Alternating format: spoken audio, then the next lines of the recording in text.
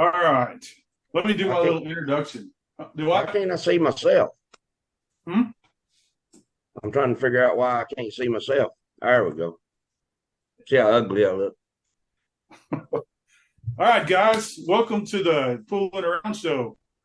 Today, we're with my good friend, my brother from another mother, Charlie Hillbilly Bryant. What's going on, Charlie?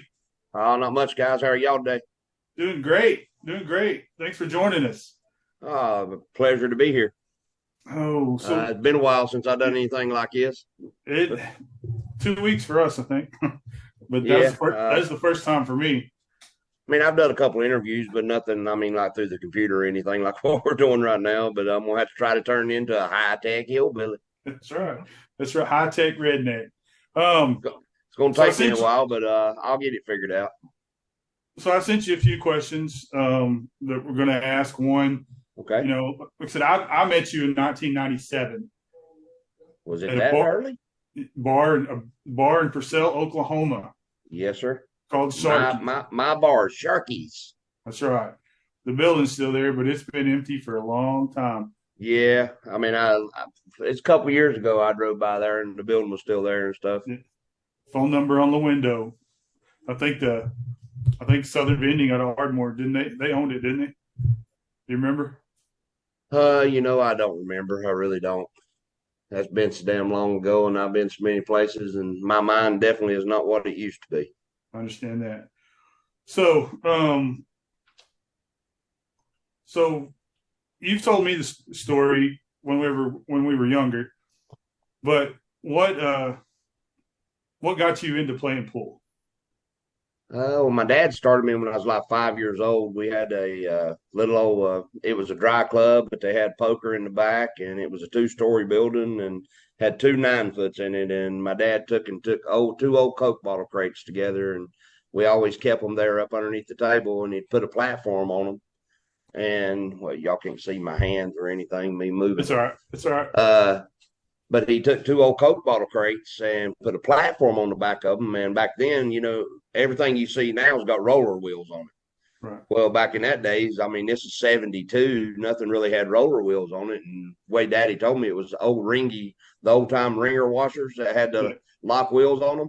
Yeah. Well, I know that I kept three of them locked, and he had a rope on it, and I'd pull that rope around the table and get up. And I learned on a 9 foot table. Wow. But Um, he'd go in the back and play cards, and he'd be out there playing with everybody, just learning how to play the game. and So the pool table was my babysitter. so that was in Hickory, right? No, a little town called Ickard or Colony Springs, North Carolina. So when did you know that this is what you wanted to do with Oh your life? shit. Well, I don't know, man. It's right before I moved to Oklahoma, it's probably the last 2 years before I did move to Oklahoma, probably 95. But I mean, to tell the truth, I mean, I got in a little bit of trouble when I moved to Hollywood, Florida, when it was like shit, like early 90s. And I went down to and played a bunch of pool down there, man. But I mean, I've been playing pool ever since. Like I said, we had a little pool room. I mean, I know I'm jumping around here, but I mean, I've always loved the sound of the pool balls and that reward of that ball hitting the back of the pocket, which is Americanized pool. You have the wham. Yeah. Filipino pool, you hear that. What But was your first favorite game? it's just the game's always fascinated me, man. It really has, and then once I realized that there was systems to play in the game, so I went to work.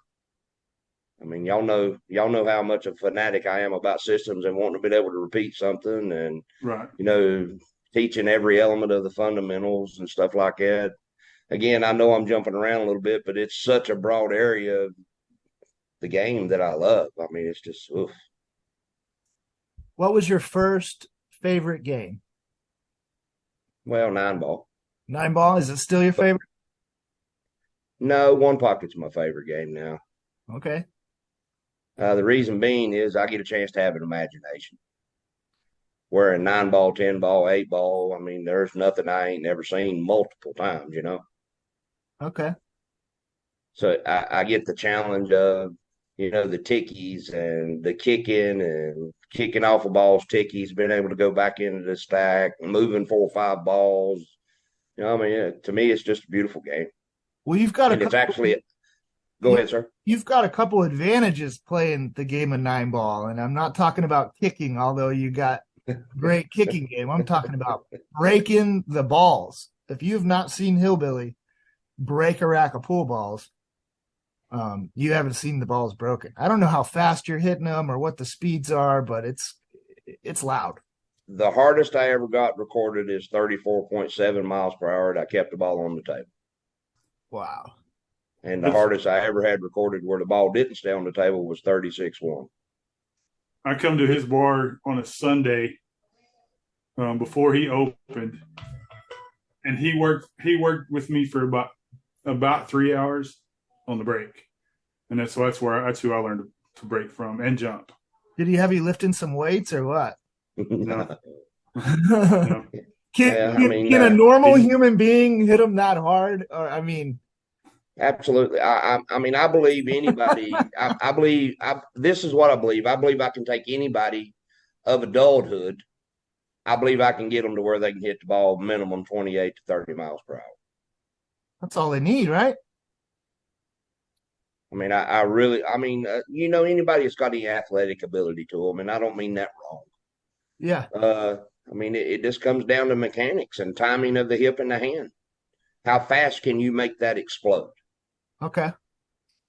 The way the game is evolved, it's not so much power anymore, though. Oh no, they took such a weapon away from me. I know this. I used to have people defeated before we'd go into a match just because my break would scare them to death. I used to be one of those. Still am. But I remember I can't beat this guy. Look at these balls flying around the table. The balls are still moving, and he's walked back to the table. He's chalked up a few times. The balls are still moving around the table. Yeah, I've done went and got my playing cue and turned around and come back, and the ball's still being moved. When I first met you, let me ask y'all questions. What do you think's the most balls I've ever made in 8-ball? You go first, Chris. I'm gonna say 8. I'm going 7. How about 11? Wow. Does the cue ball one of them? No.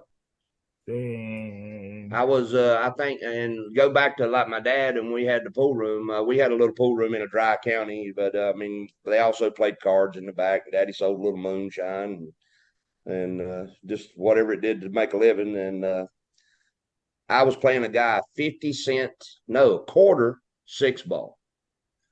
And this is my heart to God. I break the balls. I make every ball, including the cue ball, on the 6-ball rack when I was like 11 or 12-year-old. Wow. Wow, that's crazy. Well, we're gonna put a video. We'll find one of you breaking in one of your matches and put it in the comments or something for people to see. Well, they haven't seen you break the balls. They gotta see it. Well, Chris just said he's going to interview Jamie, and I think one of the questions y'all ought to ask is who's the hardest controlled breaker that you've ever seen? Ever. And I'll bet money Jamie will say the Hillbilly. Okay, besides yourself, who's the hardest controlled breaker? To me, it'd be, Deshane's got to be put up there. He really does. And then Larry Neville. Yeah. He was stout. John Cacharo used to smack the shit out of them balls too. But the one thing that I had on all of them, I used about a 3-inch shorter bridge than all the rest of them. Yeah. If you remember, my bridge length wasn't but like this long. Wherever everybody else breaks real hard, they're out here at 11, 12, 13 inches from where the bridge comes to here, inside the hand, not where the fingers are. Yeah. Right. You got the Bruce Lee 6-inch punch. Yes, sir, I do. Well, it's something I'm proud of too, man. To be able to to even be mentioned in the top breakers that's ever lived is a pretty profound statement anyway. Well, I remember that it kept somebody that we drove about an hour and a half to go gamble And because his wife looked you up on the internet and seen that you won some break contest in Vegas, I think it was VNEA. That's the one the 34.7 miles per hour. And we get down there. First trip ever to Vegas. We get down there and he wouldn't play. He was being an ass about it. He said, I'll give you and your dad the 7 ball. But Hillbilly's got to give me the 7 ball. I mean, it almost started a fight, but it didn't. He was just being a dick. And I'm not going to mention any names because he's actually a pretty good old fella. But do you remember what I'm talking about? I remember. I don't remember who it was. I'll text you. I guess one of the reasons my memory's so short. I mean, y'all been around. I mean, Sean's got to see it more than you have lately, Chris. I mean, I never sit down. I'm running around talking to somebody. I'm trying to help somebody, you know, and I'm just trying to give back with the gift that God gave me. But so I'm glad those hustling days are behind. Man, I've got a memory like an elephant, though. See, well, before we get past the hustling stories, give us maybe one story, from the younger days of Hillbilly. Well, I'll share this. So when I was about 19 years old, I'm playing a guy a $500 set of pool. It's hill. I'm on the 8 ball and I have to use a crutch. This was in Drexel, North Carolina. And I miscue on with the damn crutch and lose hill. Well, this is how much of a fanatic I am. And you can ask Chris, and I don't know if you've seen it, Sean, which I think you have. Back when I was playing all the time, I played a pretty strong left-handed game of pool. Oh, yeah? I totally quit for 2 months right-handed and forced myself to play pool left-handed for 2 months because I said I do not ever want to have to use that crutch ever again. So that's the kind of stories I like. Do you play left-handed now on those shots, or do you use the crutch? No, I play left-handed. Yeah. I mean, even though I haven't been playing none, I mean, the last couple of days I've been back hitting balls pretty heavy. And yesterday, for about 2 hours, all I did was shoot left-handed. Wow. And here's what's crazy, because I'm right-eye dominant, my right eye becomes my front eye shooting left-handed. I see the balls better left-handed than I do right-handed. That's crazy. It is crazy. Okay. But until I started wearing a glove, if somebody wasn't paying attention, you know this, guys, you couldn't tell. I'd have it switched before you even realized, because I knew where my table awareness was around the table. Well, I got to shoot this ball left-handed, and I'd just go ahead and switch. Oh, okay, now we got to talk a little bit about some equipment here, because you've always been known to have unique equipment, or equipment that had some advantage to it. Sometimes you'd be selling these products or inventing these products, but you're the only guy I know that had a kicking cue. You know what I'm talking about. You got a shooting cue, jump cue, break cue, and a kicking cue. At one time, he had a shaft that he just used for really thin cuts.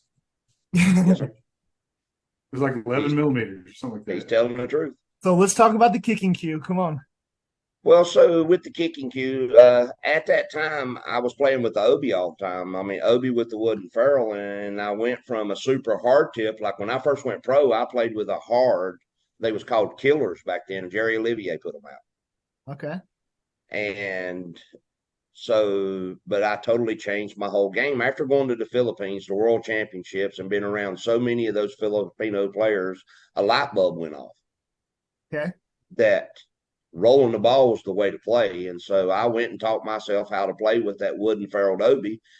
The main reason I forced myself to play with it is it put extra tools in my tool bag. Okay. I could do things easier that normal shafts would do. I mean, even all the low deflections, that wooden ferrule just gave me an extra edge. It's kind of like the Schuler shafts that had the real short little ferrule or no ferrule at all. Huh. I don't know. But so what I realized is playing with that soft tip and that soft ferrule, my kicking, I had to be dead on that tip placement. I'm talking about like within a 32nd or a 16th of an inch every time. And then so what I did, I went and the cue that I used for kicking had a hard tip on it with like a quarter radius. Aha. So if I mishit my tip placement a little bit, it didn't amplify the spin. Makes a lot That's of what the kicking cue was for. Watch, everybody's going to have a kicking cue now. Guarantee you, when I go back playing all the time, hey, I don't care if it hair lips the Pope, I'll have me a kicking cue in my bag. Okay. Now, another Because thing go ahead, sir. Well, another thing about your equipment is the wraps. Now, The rubber grip. Now, it's not just a rubber grip. It's got notches on it. I think Yes, that help you move your hand faster. It's like a ledge for your hand. Well, what it was is to make me put my hand in the same tip plate when I was in my common position. Yeah. Of shooting most of the shots. I had that, so my hand would go in the exact same position every time. I didn't have to look. Yeah. And I also did it for the break. I'd put it, that way I'd know going from the bar table to the 9-foot table, I may be going through my middle finger with that notch where the bar table would be in front of my finger. Okay. Now we're talking about a raised piece of rubber. So all it was is another piece of rubber that I put underneath the rubber grip. Yeah. And I roll that rubber grip up. Okay. I mean, it's kind of like, if you remember, Sean, before everybody had the center extensions, much less the butt extension, everybody was using the vacuum cleaner hoses, or they was using, the extensions that slide over your cue. I had Paul Summerall when I was playing with the Summerall cues, and I still got them. I had a 4-inch extension, I had a 6-inch extension, and I had an 8-inch extension that went in the center of the cue. But I only used it when I couldn't reach something. Huh. Okay. The center of the cue. Okay. Well, what type of tip do you play with on your shooting cue? Pressed, it has to be some kind of pressed solid tip, like a Elkmaster that's been pressed, or a triangle that's been pressed. I can't get them no more, but somebody told me they're starting to get them again. They're called Blue Diamonds. Okay, so one piece leather tip pressed. Yes, sir. But somebody has to know how to put them on right. If not, they'll blow them out just like they do Elkmasters. Dime radius, nickel radius. No, I'm a quarter guy. Okay. Quarter to a $50. Okay, so that's even more flat. More flatter. Okay, I had to get some equipment questions, Chris. What do you got? That's fine. All right, so well, you didn't add the latest and greatest, the thing that was on the end of my ferrule. So the Obi, y'all know the Obi had a wooden ferrule, correct? Yeah. Well, I used to paint it black with a permanent marker, and anytime I'd hit the bottom of the ball with real hard, it'd leave a black mark on the table. And I said, I can't keep doing this. So then one day I take and put 2 labels, like the little bitty labeling labels, on the end of my ferrule, and I put some tape around it, and I go, holy shit, when I'm back here behind this cue looking down the barrel, I can't see that damn label. All I see is that white, just like a ferrule that I'd played with since I was a kid. That white ferrule. Yeah, okay. Do you remember? And then Royce, before Royce passed away, he walked up one day and he said, damn, Hillbilly, did you tape your ferrule? I said, yeah, the ferrule split, Royce. I need another one. So, even like I'm playing with the BQ right now, and I've got 2 orange labels on it with a piece of clear tape around the sumbitch. Yeah. But I've had other people walk up to me, damn, Hillbilly, because that tape will get frayed a little bit. And they go, what have you done? I go, I taped my damn ferrule back together. I ain't got the money to get one. And I'm still steadily kicking their ass. That is a hillbilly move. Well, I got a good story about equipment. Okay. So I'm over in Lafayette. James Henshew's over there doing cue repair. And at the time, I was using the Predator Air. And I missed an easy jump shot. And I whacked that damn thing on the table and it split. Well, James goes outside and gets a hose clamp off his car so I can still use my jump cue. Well, for about 4 pro tournaments in a row, I'm up at Shannon Dalton's and I got this damn hose clamp on the bottom. my jump cue, and I've put black electrical tape around it so it didn't. And I always had to turn it down so it wouldn't hit me in the chin. I made a mistake one time. The damn thing hit me in the chin while I was jumping the cue. Now that's a hillbilly thing, there. Sure enough. Okay, Sure enough. glasses when you play?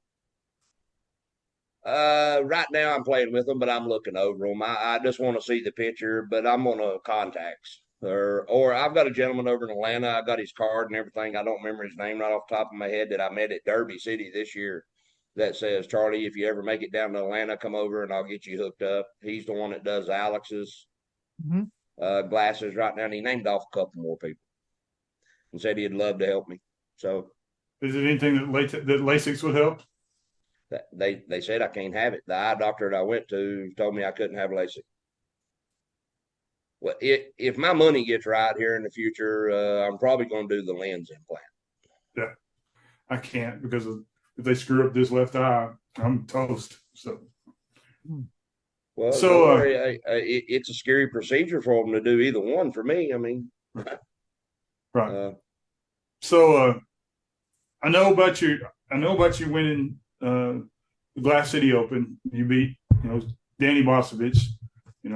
Of course, we just lost him, but yeah. Other than that, I mean, what's been your biggest win? Well, I mean, there's a couple for me really. When I beat Archer to win the Carolina Open, lose my first match, and I come all the way through the loser side and come back and beat Johnny in the finals in my overalls and my signature yellow shirt. Yeah. And then, I've been down here in Texas now for about 25 years, and I always wanted to win the Texas State Open, and that was a super big. I was there for that. Huh? I was there for that. Well, about 3 months ago, I used to always say this, and Sean, you've probably heard me say this, and Chris, maybe you've heard me say this. When I'd beat a good player or win a tournament, I'd say that's a nice feather in my cap. Yeah. Well, I got that because my dad, because we grew up fighting chickens. Right. And like an owl feather, he'd find an owl feather or something, or a hawk feather out in the chicken lot when we was out taking care of the chickens, and he'd always put that feather in his hat. Okay. Well, I got to thinking about all these people that I beat and all these tournaments that I've won in the short amount of time that I actually played on the Pro Tour. Mm-hmm. I've created this damn War Bonnet. Okay. Yeah, my hat won't fit no more feathers. Well, I remember the Texas Open. You played really good that event. And you taught me a lot that event too. Not only were you practicing over there on the side, and I was even doing really good in the event. You were helping me with my game. I don't think I ever drew you in the tournament, but you were helping me with my stroke while you were over there warming up for the finals or something. I remember. Is that a testament to how much I love this game, guys? Oh, yeah. Oh, yeah. It is. Jerry Olivier, we're sitting out there. Lori was leaving yesterday to go out to Vegas to set up the booth, and Jerry's staying home to make cues. And, we're outside having a drink, and he's smoking a cigar, and he looked at me and he said, it come up about how long I've been there. And I said, I asked him, what have I done for pool since I moved here to Houston, sir? He said, you've absolutely elevated the game around here in the last 25 years that it wouldn't be as great as it is without you, Hillbilly. Absolutely. It's more exciting for sure. It is. It absolutely is. I mean, I love it when I've been able to help somebody, whether it's, somebody paying me for lessons or somebody that I've just gave a little tip and they come back and say, man, Hillbilly, that helped me a lot. Thank you. I mean, I'm playing a guy over at Legends the other night, and we're just playing some cheap one pocket just to pay time and everything. And the boy called me from Florida. He said, hey, you remember me from Buffalo's? And I said, not offhand. He said, well, you came over and worked with me about 45 minutes on my stance and everything. He says, I got a little bonus for you. And I said, you got a little bonus for me? He said, yeah, I just won Birmingham. And I've won the last 7 gambling matches, and I'm coming to Skinny Bob's to take some lessons from you too, but I want to send you a bonus. Nice. Yeah, it's nice. It's nice to be recognized. We need to start doing that. That needs to be a thing, right? Yes, sir. You'd have checks coming in the mail every day. You'd have mailbox money, wouldn't you, Hillbilly? Well, it's getting ready to happen. that Hillbilly Adventures subscription program is going to be Mailbox Money. So Well, wait, go ahead. go ahead. No, I'll say while you're on that, I mean, what's going on with Hillbilly now? And I mean, what's the future hold for you?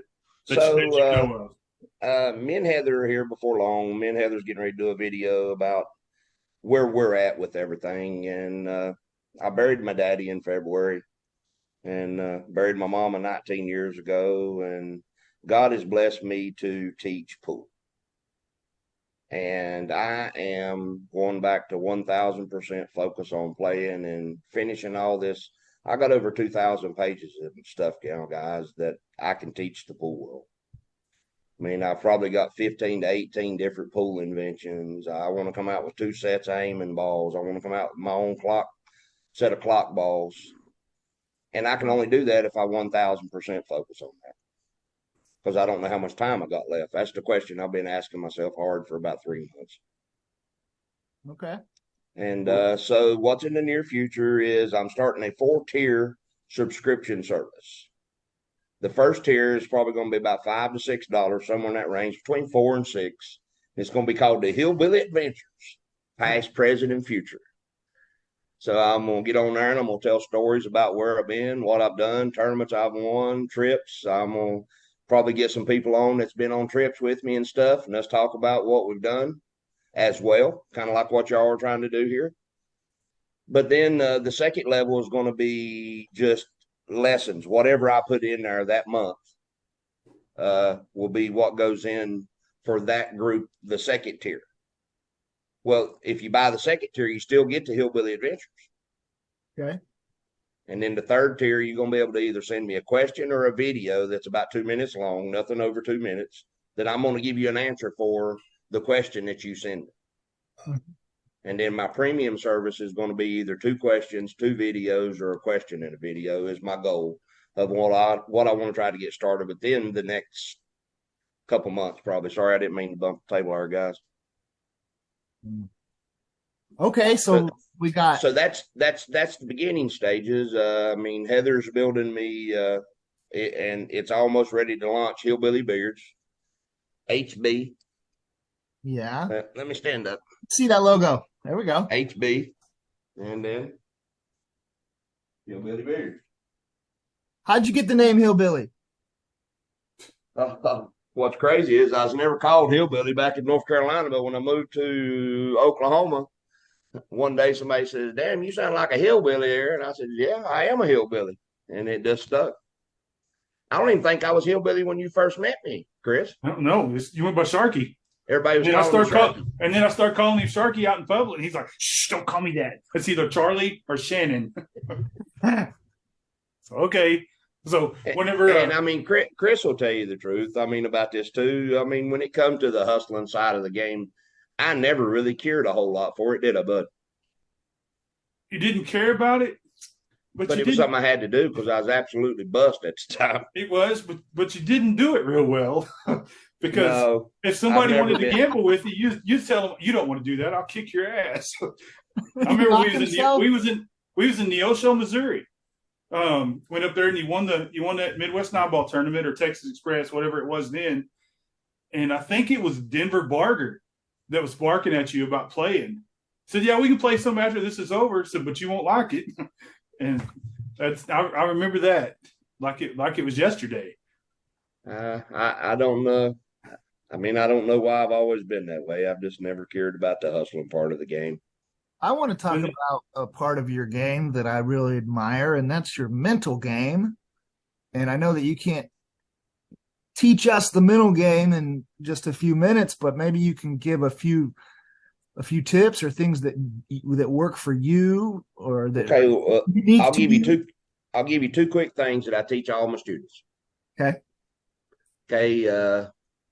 One of them is so when like we're all on the computer right now. What happens when this computer gets a virus? What do you have to do?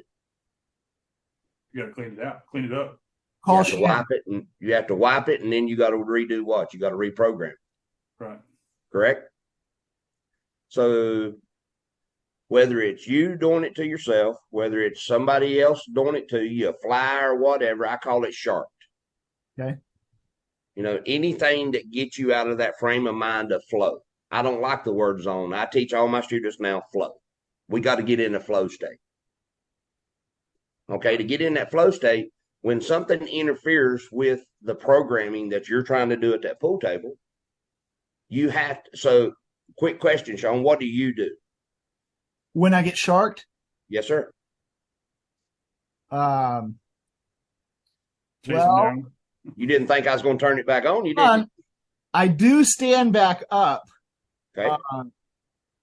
But I need to do something better. Chris, what do you do? Well, generally, if I seem to focus better when there's more noise in the room. I tend to focus better than I do when it's just a couple of people, because then if they're talking, I can hear what they're saying, and it'll throw me off. And generally, I don't raise back up, but and I still continue with the shot. And if I miss, I'm good at shaking it off, Yes, and sir. not letting it get to me. It may be too late, but I'm good about not letting it get to me, and I just let it go. I mean, the next shot, just stare them down like Earl. Oh, don't worry. Hey, they didn't like my stare. Hey, you know this. They didn't like my stare too good either. I started giving them that old woolly booger look. They didn't mess with me too much but besides that, here's where I want to take you with this is, here's something I teach my students. You stand up, you find 3 to 5 things around the room to either read or look at. You can't read over 1 to 3 words of any one subject matter. So it's boom, boom, boom, boom, boom. And that way, what I call it is you're reprogramming through randomness.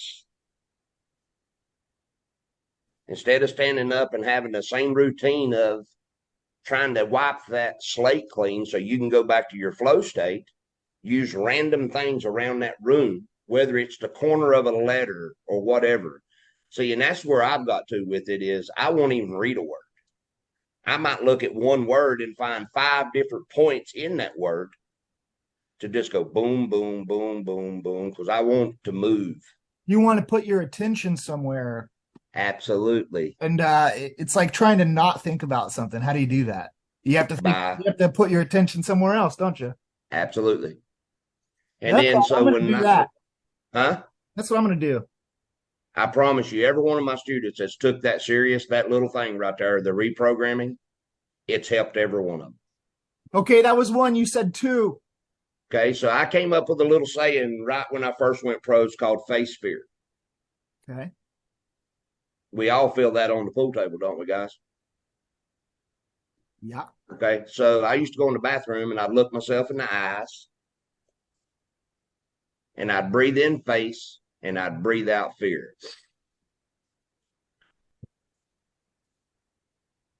So this is what face fear means to me. Feel anger, control emotions, face.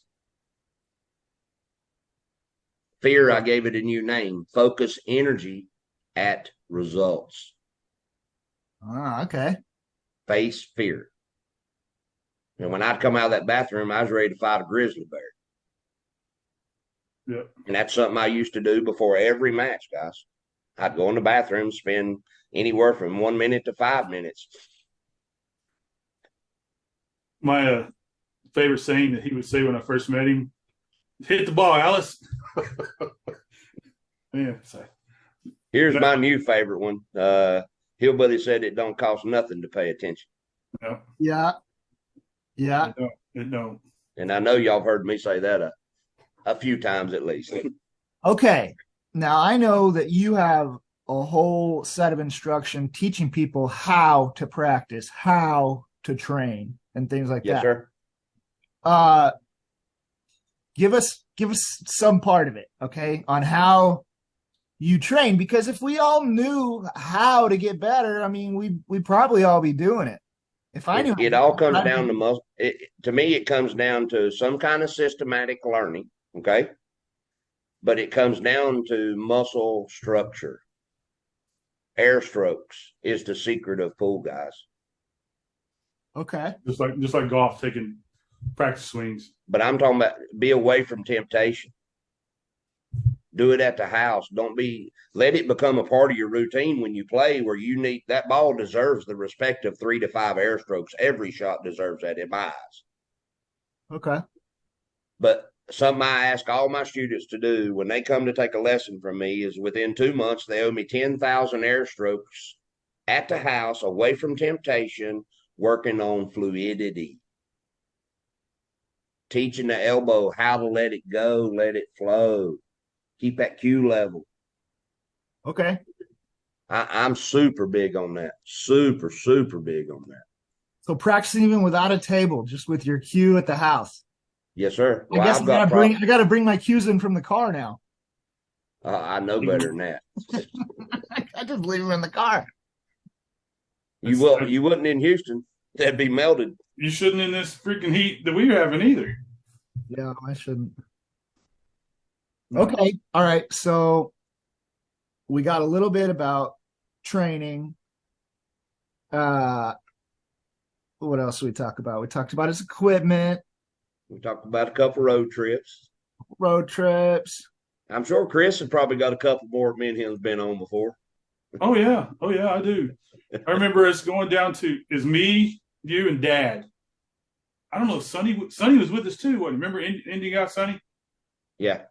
Come over. So the first time we bring him over to his bar at Purcell, we play in his tournament. He had a tournament every Sunday, and he wouldn't play in his own tournaments. But if you won the tournament, you played him a best 2 out of 3. If you beat him, you got an extra $25. Okay.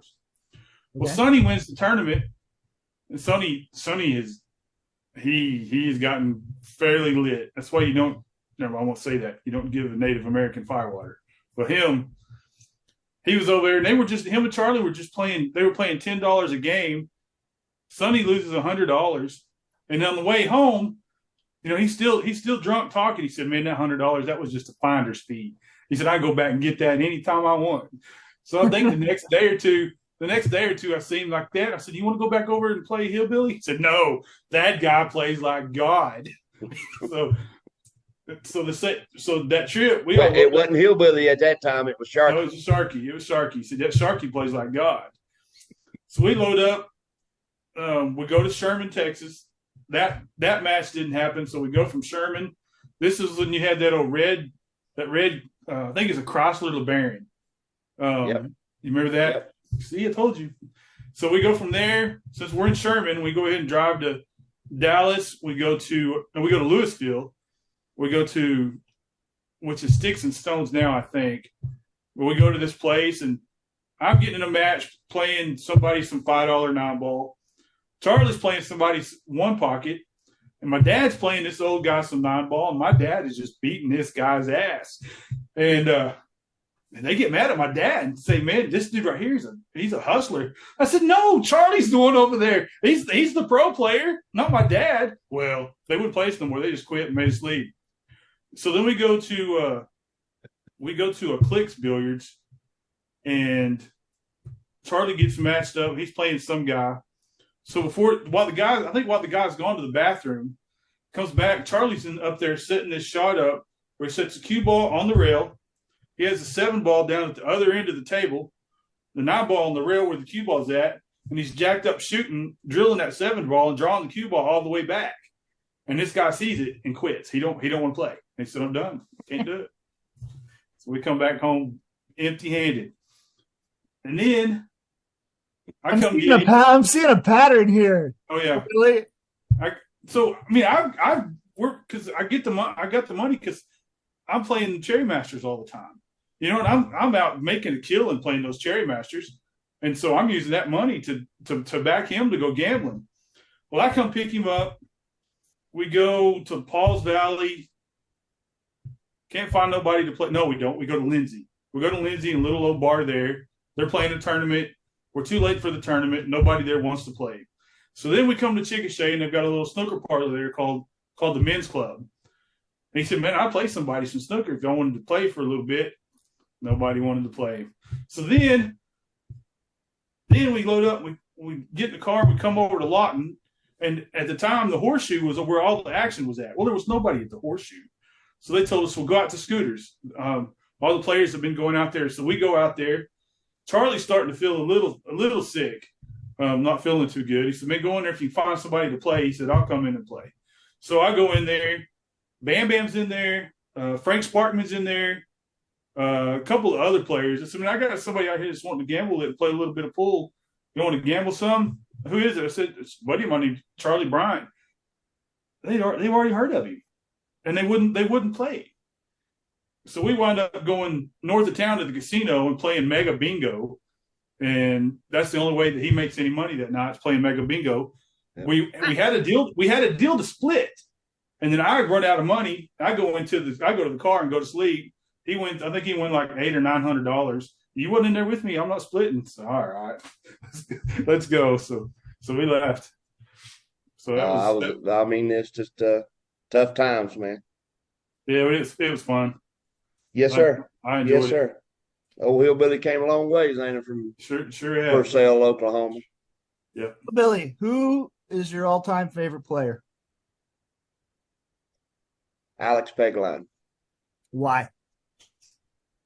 Because to me, he's the greatest all-around player that's ever lived. I remember that trip to Tulsa too. And it's also pretty darn funny.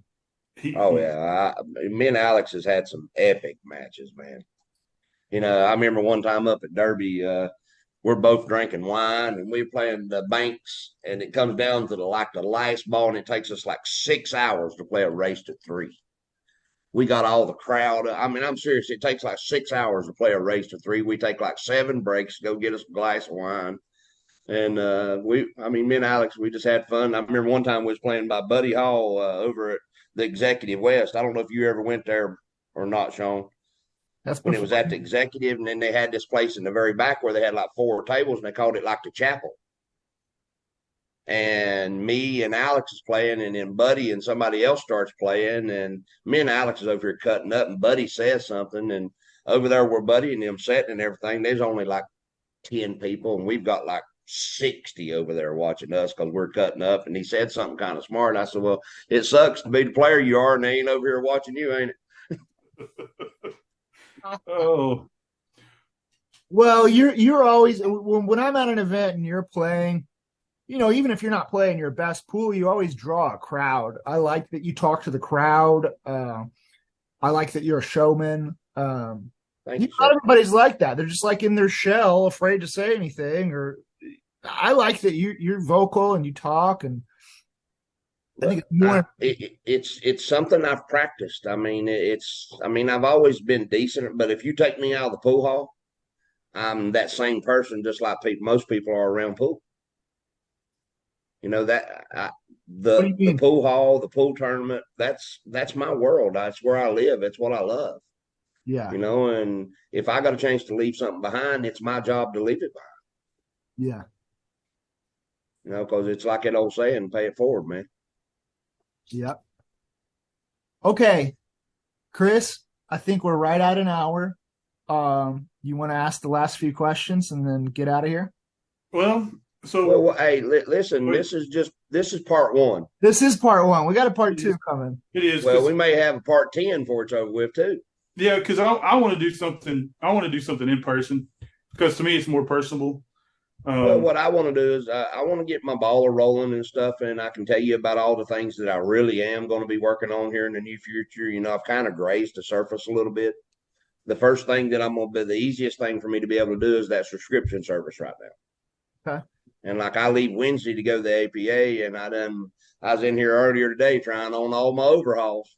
Sweet. So the overhauls are back, and in case you can't tell what's on. I'm digging the hat. Time for the straw hat to come back, You're baby. gonna put some feathers in that thing. Yes, sir. So I've got one more question before we close this interview.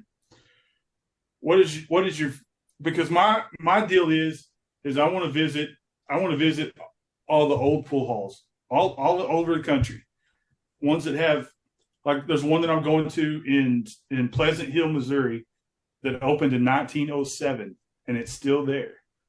And they say that they're the oldest pool hall west of the Mississippi. They said they think we might be the oldest in the nation, but we're not 100% sure. So what is your favorite pool hall to go to, or one that maybe one that That's sticks out most in your mind? Probably been to all of them. well, I don't know about all of them, but I've been to a bunch of them. I mean, the old club billiards, man, it was just so unique, and Tiny was such a powerful force of just goodness. Such a great man. I mean, Tiny and club billiards really, left a good impression on me. But, like years ago, the old billiard palace. Yeah. Yeah. That was a great place. Now, as far as like antique tables and stuff, me and Shane Harvey made a trip. It was right after my mom passed away, so it was like 19 years ago. We went and stayed in Colorado for a little while, and there was a super old pool room up there that had a bunch of antique tables and stuff in it that we went in and visited and hung out for a day, trying to find a little action. Was it called Antique Billiards? I think so. Like I don't remember the name of it, but I know it was just a real cool little place. I mean, I don't even know Pueblo or Colorado Springs, something like that. Or yeah, I'd have to ask Shane. yeah, I hadn't been there, but I've heard about it. For me, I mean, I wish I had that memory of an elephant, but just because I talked to so many people and been so many places and done so many things, I wish, that's one of the things I wish I did have was a stronger memory of all that type of stuff. Yeah. Wish I'd have videoed a whole bunch of stuff. How can someone hit you up for coaching? What do they need to do? Where do they go? What do they do? They can go to hillbillyonthehill.com. Okay. They can send me a message through Messenger. Okay. On Facebook. Also, hillbillybilliards.com will have a link. That site should be up and running within the next week. Okay. And if you want to put my phone number out there, it's 409-502-0762. Well, then if anybody gets a hold of me and asks, I know how to get. I don't know if y'all want to throw my number out there. I mean, you never know about these damn spammers and stuff anymore. But too late now. Yeah, y'all might have to blur that part out. We'll bleep it. Just act like you were cursing. Yes. So okay. No, we'll say. I thought you said one more question. Go ahead. We'll save that question for next time. No, we'll save this. Go ahead. No. So, what made you quit the gambling aspect of pool? At the level of pool that I have to play, dogging and dumping looks exactly the same. Well, what if you're, matched up somebody that's fairly close to your speed? Well, I was in Mobile, Alabama, and I had 2,000 bet on a match that was going on with the boy I was on the road with, and I heard two older gentlemen over there for like 5 hours just running their head back and forth to each other that such and such is dumping, such and such is dumping. And I knew that wasn't happening. Right. And then about 3 or 4 days later, after that, it hit me in my heart. Dogging and dumping looks exactly the same, Charlie, at the level of pool that you have to play. I've never cared about the hustling part of it. Y'all know, you know this, or I don't know how much y'all was around at the end of me gambling. All them guys barking at me, I wouldn't listen to it. If I wanted to play, I finally told them all, if I want to play, y'all come and ask you to play. But you ain't going to sit here and try to piss me off, because if you piss me off, you ain't going to like it. To try to piss me off to get me to gamble. Right. If I want to gamble with you, I'll come up and ask you to play. Yeah. Right. But you know this, there wasn't a whole lot of people that chased me to play. Yeah. Right. Because my break was such a dominating factor. I knew if I was able to play you a headset and I was able to play you for 7, 8, 10 hours, somewhere in that set, you're getting hit with an 8, 9, or a 10. Yeah. What's your record? 17. 17. Double shim gold crown. On the 9-footer? Yes, sir. Man. I guess it's possible if you make all the balls on the break, I was actually, one of the last times I gambled down in Florida, I was playing a guy 15 ahead for 5,000, and I was one game up, and I think I break don't make nothing. He misses, and no, we was dead even after about 45 minutes, and then I hit him with a 12. Wow. He gets ball in hand, misses the first ball. I run the rest of the set out, and he starts crying after the match. I ain't never been beat like that. Yeah. And I ain't gonna mention no names. Okay, maybe on the next one. Maybe on the next one. No. All right, guys. Let's we're gonna wrap it up here. Charlie, again, thanks for taking the time out with us. Oh, it was a lot of fun. Thank Out of you, your guys. schedule. We know you're busy. And everybody watching, thanks for tuning in. And remember to like, subscribe, and share, and hit that notification bell so you'll get notified every time a new episode has been uploaded. And we'll see you next time on the Pulling Around Show. Thank you, guys. I appreciate it. Peace out. Charlie, love you, brother. Love you too, guys. Bye. See ya.